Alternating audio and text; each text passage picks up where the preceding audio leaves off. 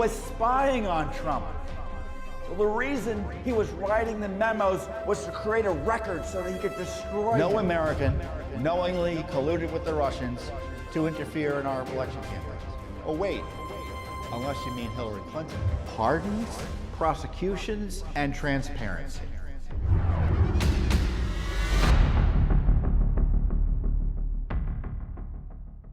Hi, everyone. Judicial Watch President Tom Fitton here with our weekly update here on social media. Thanks for joining us this week. A very busy week, as always. We're just a few weeks away from the election and a lot of issues out there about transparency, issues that we've been raising that the president is bringing added and important attention to.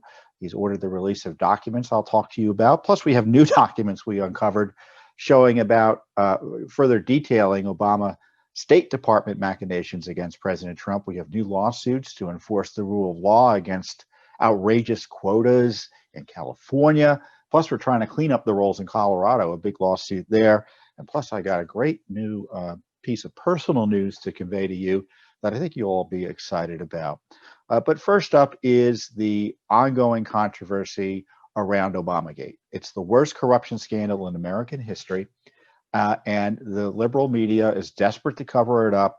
The deep state has been desperate to cover it up, but the president is tired of the cover-ups. He tweeted this week that he has authorized the declassification of the Obamagate documents, the Russia scandal documents, and he also said he wants the material on the Hillary Clinton emails out as well. And obviously, we've been pushing the administration on that, and we're grateful to see that. On top of that, we've got the Justice Department currently defending Hillary Clinton in court. In my view, the president needs to fix that. It's just been released just as I speak. Secretary Pompeo said he's going to be looking at Clinton emails and releasing them soon. So this is all thanks in large measure to Judicial Watch and a few others keeping information about the lack of information in the public discussion. And on top of that, we have some key transparency moves by the president's team, namely John Ratcliffe, who's further confirmed by releasing notes by John Brennan detailing that Barack Obama was briefed on the intelligence they had that Hillary Clinton was coming up with these Russia smears in order to distract the American people from her emails. We talk about just a smoking gun. I mean, they had information that the Russians knew, that Hillary Clinton knew it was all a scam. They briefed the president. And matter of fact, they even told the FBI that they needed to investigate it. The CIA did. And it looks like even the CIA was involved in targeting Trump back then, which might have been a violation of law as well. And so rather than act on that, what did they do? They actually worked with someone they knew was likely to be part of this Russia disinformation scheme, someone they thought was a Russian spy who was working for Hillary. So rather than investigate Hillary, they actually worked with her to try to take out Trump. It began in the administration of Barack Obama. It continued into the administration of Donald Trump, and it's been covered up till just now. And I don't know about you, but I'm tired of waiting for Durham. It's being reported today that General Barr is telling folks there'll be no Durham report. Certainly there'll be no prosecutions before the election. And I've been telling you that for some time, that I didn't expect there to be prosecutions. I don't think there's going to be prosecutions after the election. All this new revelations, it ought not to be new to Durham if he's doing his job. All of this should have been known almost immediately upon his appointment in April of 2019. Just think about that. April of 2019. And we've had one plea deal that's partly bungled and no other evidence that there's been a serious look-see of any of the principals involved. In fact, Attorney General Barr went out of his way to say that it's unlikely that he'd be doing anything with Biden or Obama, which evidently includes not even questioning them, despite all the evidence of their personal involvement in the misdeeds targeting Trump. And I say misdeeds, I was telling a reporter earlier that I'm basically a nice guy. So misdeeds is the charitable way of putting it. It was a criminal conspiracy, a seditious criminal conspiracy without comparison in American history, without compare. And the fact that they haven't been questioned about it, that Clinton hasn't been questioned about it. And I know you say, well, maybe they were questioned about it. Maybe it was done in secret. Well, I doubt that's the case. Nothing in my experience in 20 plus years at Judicial Watch tells me they question officials like that in secret. I take Barr at his word that they weren't targeting them or not even questioning them. So if I were the president, this is what I do. I do what he's doing this week. Order full transparency. Don't wait on Durham anymore.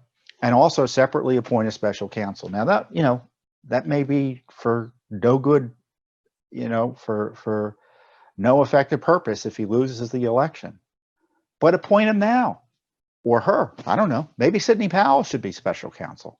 Aside from not inside the Justice Department, separate and apart from the Justice Department, separate and apart from the FBI, the CIA, the State Department, the NSA, the Defense Department, all those agencies that conspired against the president.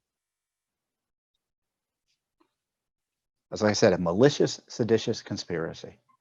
There's new Flynn information coming out that the top echelons of the FBI all knew they had nothing on Flynn.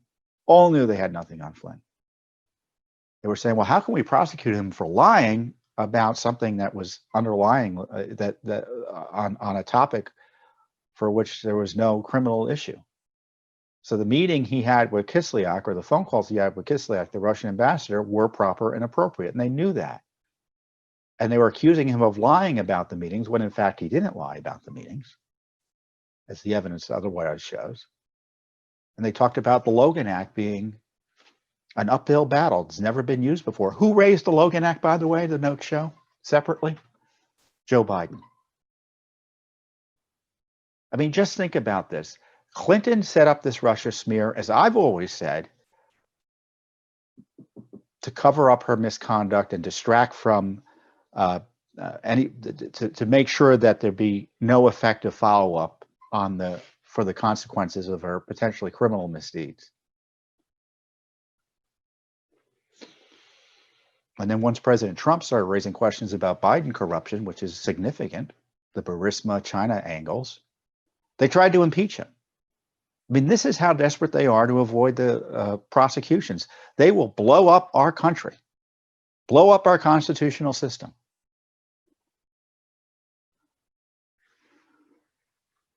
By falsely accusing a sitting president of misconduct, trying to put him in jail, knowing it's all false.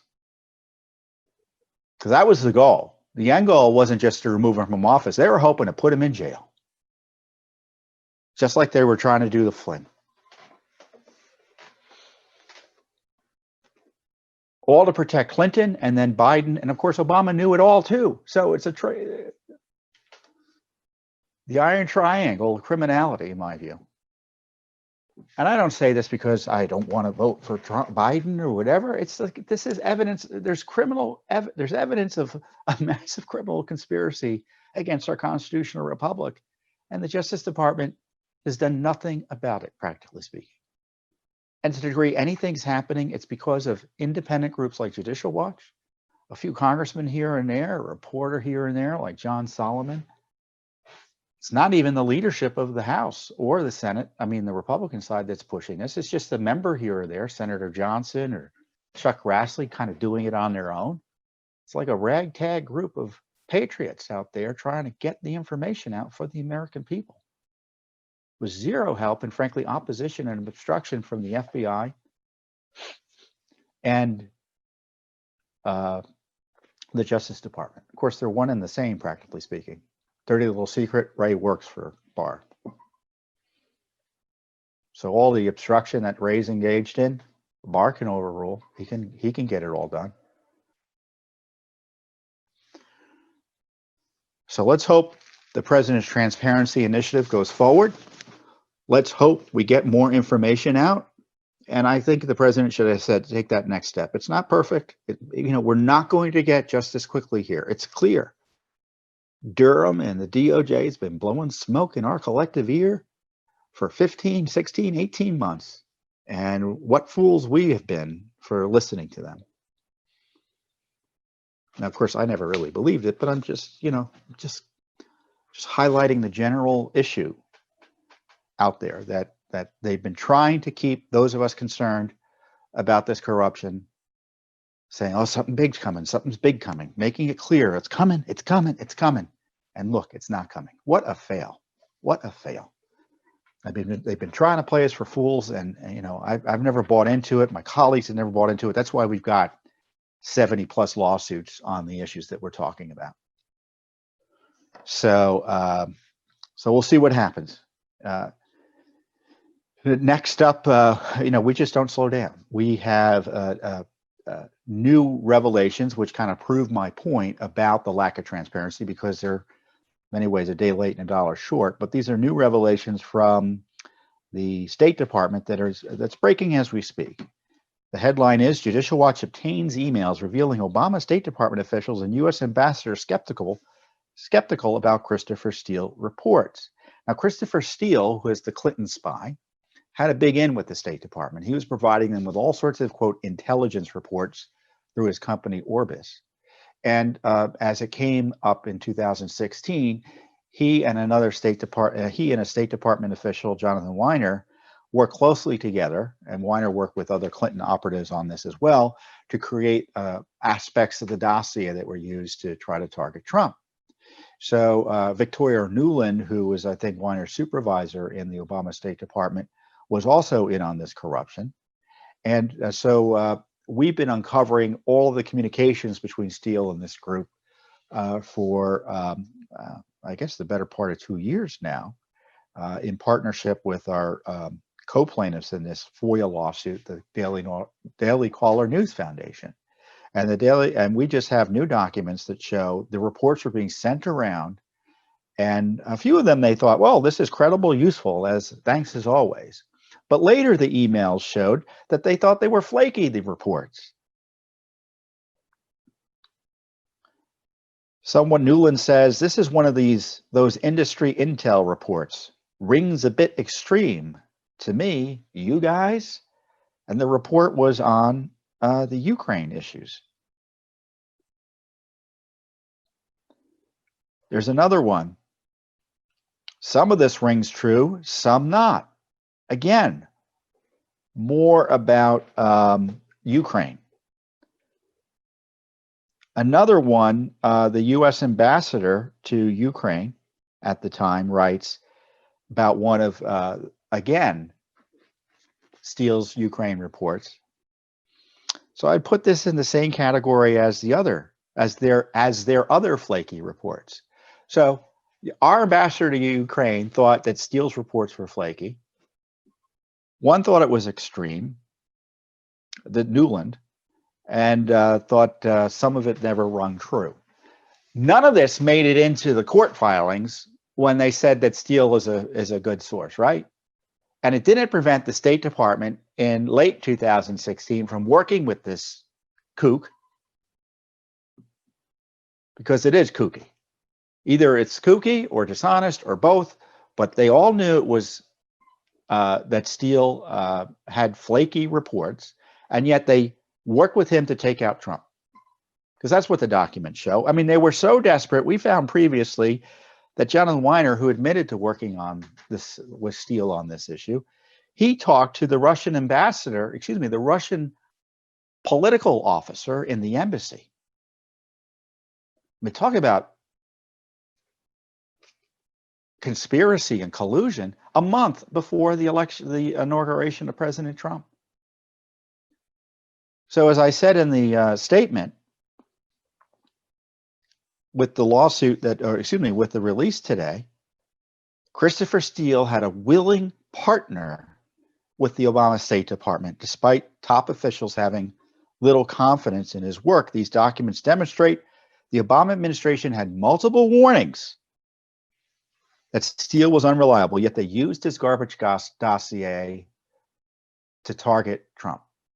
And of course, the court was never told about the fact that his reports were considered flaky, yet they pushed it with the FBI, and of course the FBI ran with it. And again, this is coming out not because of voluntary disclosures by the agencies, the State Department specifically. It's because of litigation. And it's litigation that let's see when we first started asking for these documents.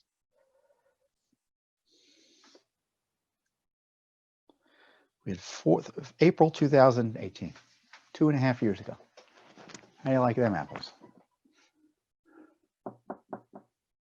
2.5 years ago to get this basic information out. And it turns out that one of the officials here, Weiner, as I've been talking about, he admitted to destroying some of the reports that Steele was providing. So what is the State Department doing about the records that were destroyed?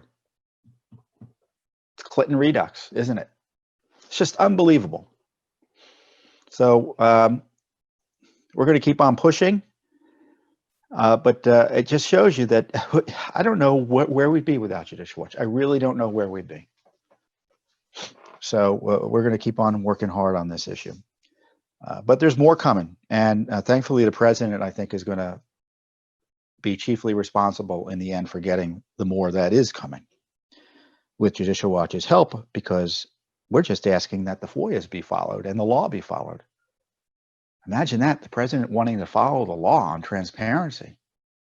The leftist media is outraged. I mean, it shows you how dishonest they are. So we've got a big election coming up. You may have noticed. And Judicial Watch has been gravely concerned about the accuracy of the voting rolls. And why are we concerned? Because we look at the numbers. We look at the census data. We look at what the states are doing. And we found in multiple states, specifically more recently North Carolina and Pennsylvania, that they're not taking the steps necessary under law to make sure the rolls are clean. And it looks like there may be upwards of 2 million names in those two states alone on the rolls that shouldn't be there. And so when you're mailing ballots, accepting ballot applications or mailing ballot applications, obviously that is a combustible mixture for voter fraud when you're mailing dirty lists. Because dirty election rolls can mean dirty elections. Now, again, I'm warning that I'm not sure whether the big tech companies are going to allow this video to appear, because they're now suppressing information about the risk of voter fraud associated with mail because they want to help Joe Biden. There's no legitimate reason for doing it other than political. So what I'm saying is quite factual. 534,000 at least ballots were thrown out in the primaries that were mailed. In 2016, 319,000 ballots were thrown out in the general election. So imagine what the general election numbers are going to be this year. And what does the left want to do? They just want to count the ballots no matter when they get there, practically speaking. That's why they want to count ballots that arrive after Election Day. Now, the left is telling you, oh, well, that's fine. That's normal. It ain't normal. The idea that you would count ballots that are not there by Election Day is the very opposite of election integrity. The very opposite of it. Talk about inducing voter fraud. Now we're seeing story after story about these mails, that the tsunami of ballots are just washing ballots ashore all over the country in improper ways. People getting ballots that they don't belong to them, dead people getting ballots, all of which we predicted was going to be happening. And all of which are opportunities for voter fraud, because the honest people are saying, hey, look what we found here. But you can bet there are people who say, oh, well, look, I got 8 ballots. I'm going to vote in their name. Oh, but then don't worry, there's a signature verification. Oh, yeah, that will work. It's better than nothing. Of course, the left wants to eliminate signature verifications as well in many places. Some states have a witness that you need to, there should be a witness to have you when you sign your absentee ballot. They wanted to eliminate that. And as I said, they want to count ballots that arrive after Election Day. In some cases, you had courts saying postmark or not. I think that case, that was overturned. But in California, it's the law of the land in California that they will be counting ballots 17 days after Election Day. And so complaints about that are going to be suppressed by big tech. So what Judicial Watch has done is that we're trying to do our part by trying to sue to clean up the rolls. And specifically, we just sued in Colorado to force the cleanup of election rolls there. Colorado leads the nation in the percentage of counties with more than 100% of the eligible voters registered to vote. What does that mean? They got more people on the rolls than are living there and eligible to vote. That's a pretty good indication they're not taking the necessary steps to clean up the rolls.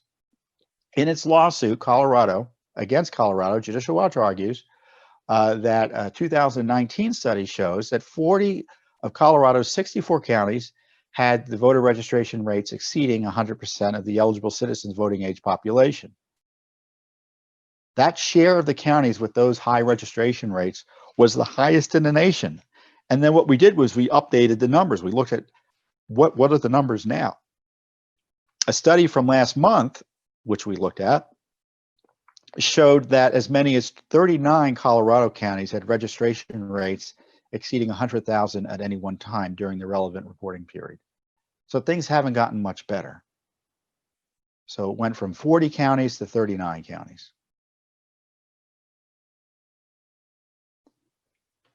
In 8 Colorado counties, more than 1 in 6 registrations belong to an inactive voter. And as we say in the lawsuit, registration rates over 100%, poor processing of out-of-date registrations, and high levels of inactive registrations, quote, indicate an ongoing systemic, see, this is systemic, that's the right use of the word, problem with Colorado's voter list maintenance efforts. It undermines confidence in the integrity of the electoral process, discourages participation. I mean, if you think your votes aren't going to count, you may not participate. And certainly it will raise the fear that your votes won't count generally. So this is another big lawsuit. Is it going to result in names being erased immediately? I don't know. Maybe they'll start taking some dead people off the rolls, at least given the numbers that we've been putting out there. But boy, oh boy, there's a lot to be done. And we see that the left is not slowing down. They've had over 200 lawsuits to try to undermine, in my view, election integrity. And the fight will continue because as I was talking to a reporter earlier, so I'll share you, I might as well let you know what I'm telling some reporters because you might be interested.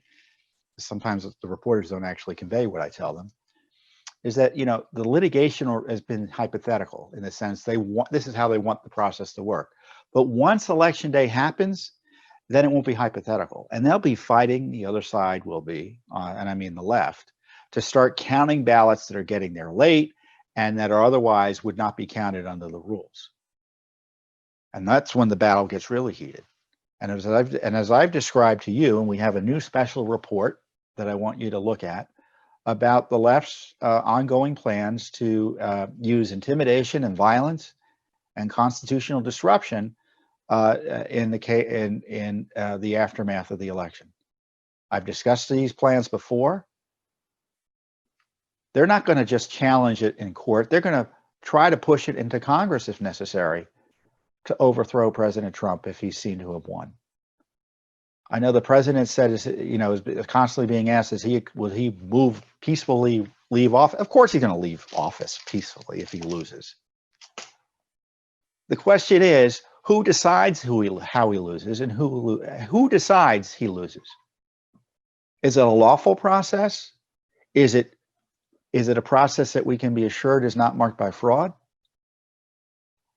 Or is it just going to be a power play that ends up in Congress where Congress decides? And in that case, it's going to be a close thing where we could have acting President Nancy Pelosi if Congress even can't decide one way or another. You know, that's part of the law. It's part of the Constitution. But my guess is you want your vote to decide who's the president. And you don't want the machinations and threats and intimidation and the air of violence deciding who's the president. And that's what I'm concerned about. So we're going to keep on pushing, and we're going to have more information about soon about how you can contact us about your concerns about what you're seeing in the polls, what you're seeing in the electoral process, and hopefully we can follow up on some of what you're reporting to us. So we're going to be busy. We're going to do our best. We're going to do is what we're able to do, because Justice Department is AWOL on this again. So, and the left has all sorts of groups doing stuff like this, and Judicial Watch and just a few others are on our side trying to preserve election integrity. Oh, so what else is next? Oh, so this is, I got a wrist issue. I broke my wrist a few years ago, and it's really, I've been ignoring it, and I tweaked it again. So this is why I'm wearing the brace. Nothing major.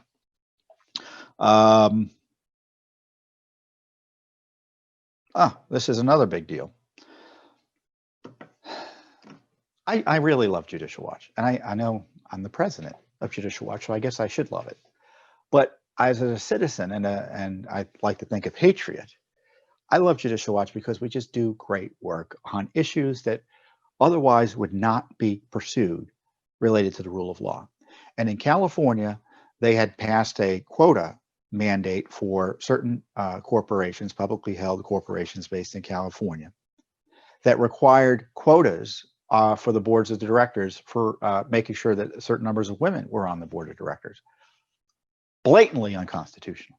Blatantly unconstitutional. In fact, they admitted it was blatantly unconstitutional in the analysis. And I think Governor Brown at the time admitted, well, this may be a problem, but I'm going to sign it anyway. That's the way the left operates. Let's see what well, maybe we can just get away with it.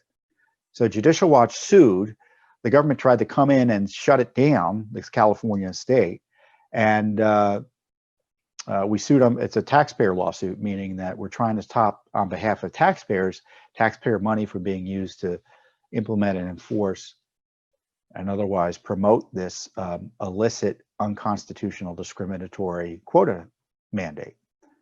So that case was proceeding. And then what happened? They doubled down.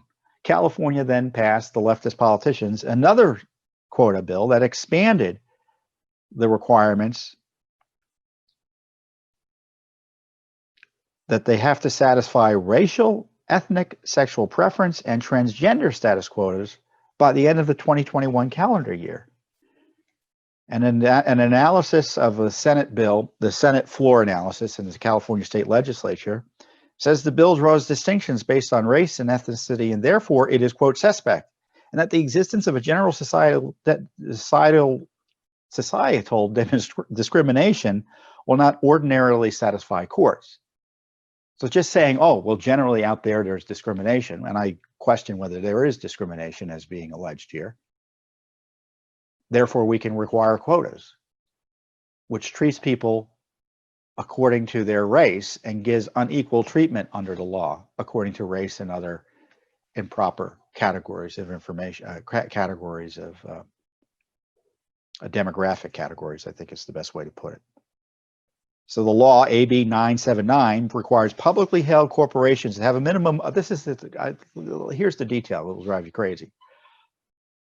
Publicly held corporations must have a minimum of one director from an underrepresented community on its board by the end of 2021, and up to 3 underrepresented community board members by the end of 2022. And of course, it identifies these underrepresented communities as people who, quote, self-identify, which just, that makes your head spin, doesn't it? Self-identify. So could you have a male self-identifying as a female to become a woman board member, or a, dare I say it, a white person self-identifying as a black person, or a Hispanic self-identifying as, as a white person self-identifying as a Hispanic? Would that work? I don't even know how that would be enforced. It's so crazed in its requirements. There's a reason why these laws don't work, because not only are they unconstitutional, but they make no sense intellectually or ethically. So these are the individuals who would be mandated, the groups: Black, African American. So that's weird, because you may think all African Americans are Black, but evidently that's not the case. I know technically it's not the case, but this is California. Hispanic, Latino, Asian, Pacific Islander, Native American, Native Hawaiian, or Alaska Native, or who self-identifies as gay, lesbian, bisexual, or transgender. So, I'm not sure where the corporations are on this. My guess is they're afraid to challenge this for political reasons, because they don't want to be seen as opposing any of these interest groups here. And they're not even interest groups. These are people who pretend that they're interest groups, the left, when in fact they're just everyday Americans who want to be treated like everyone else, right? Isn't that what we want? That we don't treat you according to the color of your skin, your ethnicity, your sexual preference. We just treat you, you come in, what's your experience, will help the company, and that should be decision making, as opposed to doing this racial, ethnic, and other bean counting that treats human beings like less than human by failing to recognize their individuality and treating them as a member of a group only. It's really morally reprehensible. So we're pursuing that case. So hopefully it gets bound up with the current case against the quota for based on sex. And we can uphold the rule of law here. So that's you know, California. We're doing a lot in California, that's for sure. Oh, and before I go, I want to talk about the personal good news I have. And I guess it's good news for Judicial Watch too, because it's really an affirmation of the value of Judicial Watch's work.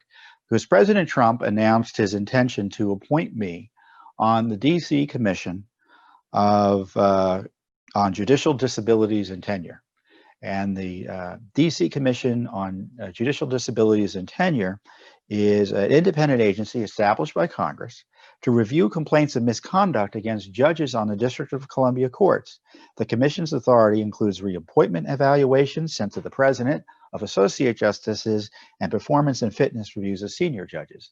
Now, these are judges that are the equivalent in let's say you live in a state, either your municipal / state judge system.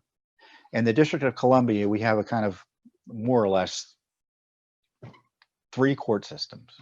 We've got the federal court system that many people say, well, Tom Fitton's going to be part of a commission that oversees Judge Sullivan. That's not the case. Judge Sullivan is part of the district court system, the federal district court system. And then there's the appellate court system that oversees the judges on the district court system. But separately, there's the Superior Court System and the Court of Appeals of D.C., which is essentially a municipal / state court system. And it's a significant system because they have tens of thousands of cases, I presume they handle, you know, nearly 100 judges, I think, or 65 judges on the bench at least. So it's an important decision. I'm honored by the president's confidence in my ability to do the work. I'm not quitting my day job. I'll be still president of Judicial Watch. It's a part-time, I think it's unsalaried position. So, and I'm the only presidential appointment on the commission. So there'll be only, that there are 7 other members. I'm not sure if the commission's completely full, but the point is I'm only 1 vote, but I think an important vote, because obviously I bring a very different approach to the rule of law than many others do, and especially in Washington, D.C. And and I'm going to take it seriously. We got to make sure that the laws are followed, that the standards of ethics are upheld fairly within the judiciary, and so I aim to do the job well, and to you know, vindicate the president's faith in me, because he ain't hiring me to be a wallflower, right? He's not appointing me to be a wallflower.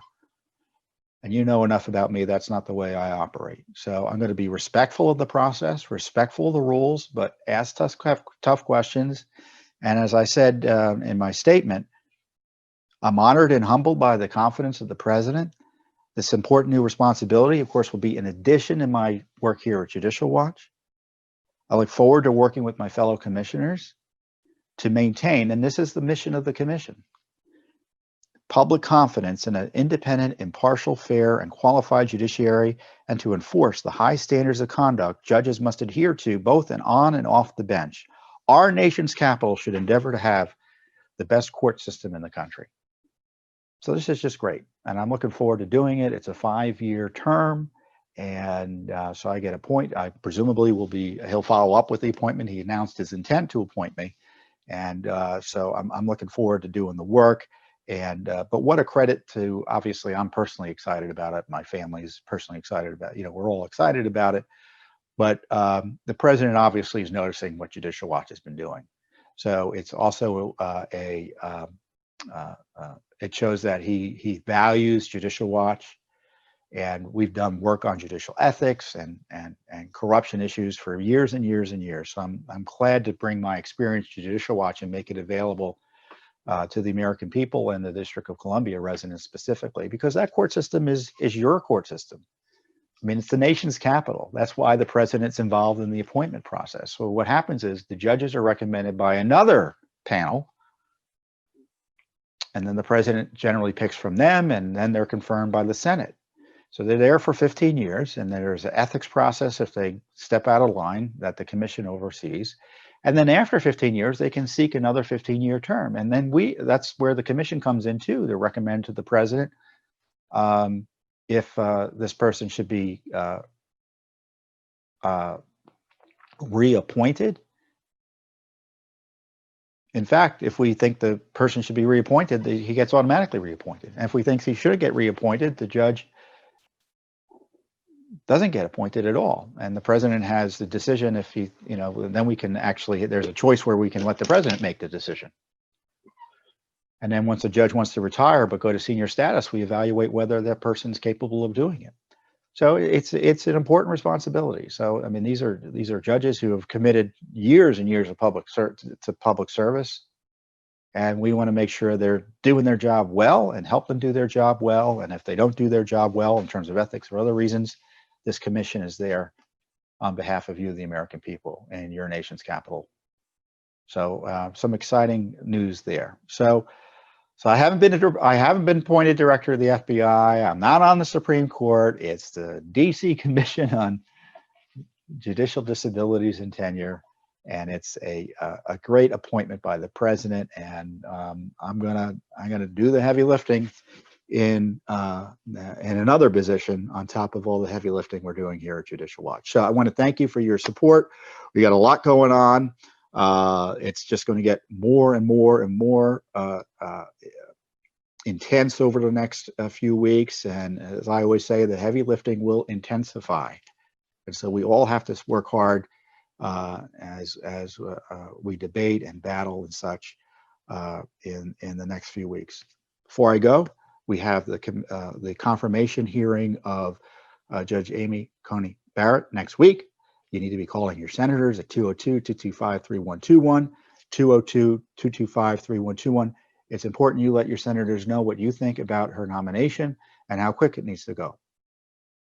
Do you think it needs to be slowed down? You need to be speeded up. I suggested, and the president tweeted, that they should just skip the hearings. They're not going to do that, but that's my attitude.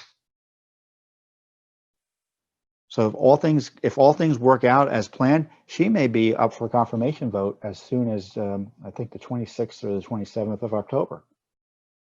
So the hearings will be next week, and then they have a vote, and then it's kicked out to the floor, and then there's a period of time, and then they vote. So call your senators, let them know how you feel about it. If you like what your senators are doing, say, hey, I like what you're doing.